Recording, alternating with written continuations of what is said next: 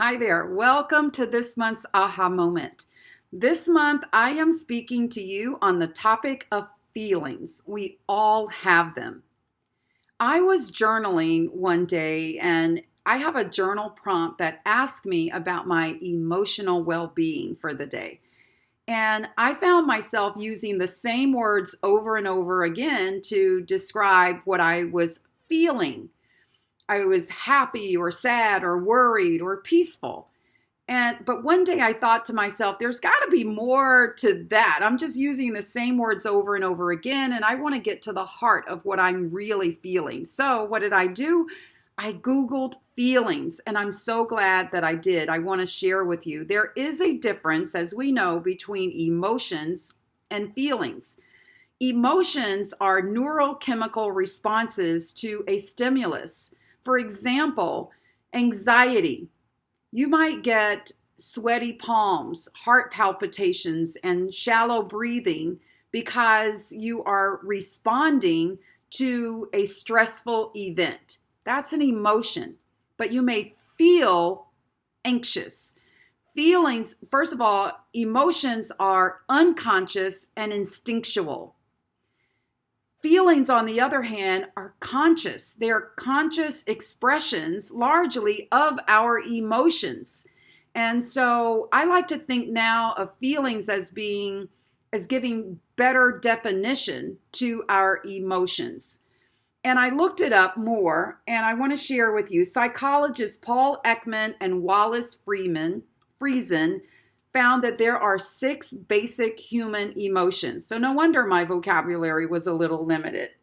They are happiness, sadness, disgust, anger, fear, and surprise. Now, I might not have thought about disgust and surprise in that way, but all the others I was accustomed to using, and I bet you are as well. But those are 6 basic human emotions. But from those 6, the feelings are exponential. For example, there is a feelings chart by Dr. Gloria Wilcox, who took the emotion of happiness and listed 27 feelings that come from that one emotion. Now, why is this important?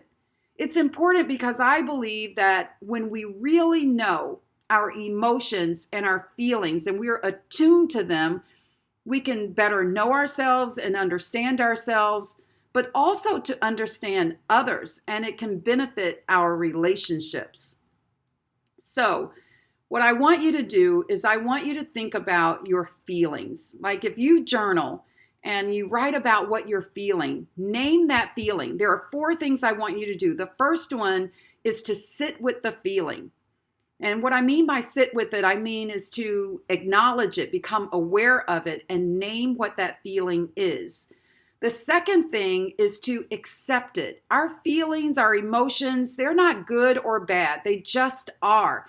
And now that I know the emotions are neurochemical responses to some kind of stimulus, I think of our feelings as gifts to us that are trying to inform us, right? So that's the second thing, is to accept them and embrace them. The third then is to ask, what is this feeling trying to teach me? What am I to learn from this? And then fourth, what action will I take? So those are the 4 things. And I'll give you a very quick example. I had an exchange with my son. It was not a pleasant exchange. I was left feeling a little angry, little hurt. And I thought, I named it, I acknowledged it, I named it, and then I accepted that's what I was feeling. The third thing, though, I asked myself, well, what am I to learn from this? And I learned that, hey, Tonya, that's what you're feeling. How do you think he might be feeling? And so my value of compassion kicked in. And so the action that I took was reach back out to my son and say, hey, that's how I was feeling. I want to know how you're feeling and how I can be more compassionate toward you. So it happens just that simply. And I believe that when we are in tune and attuned to our emotions and our feelings, not only do we grow, but we can also improve our interpersonal relationships. I wish you more joy, more purpose, and more fulfillment, and I'll be back next month with another aha moment.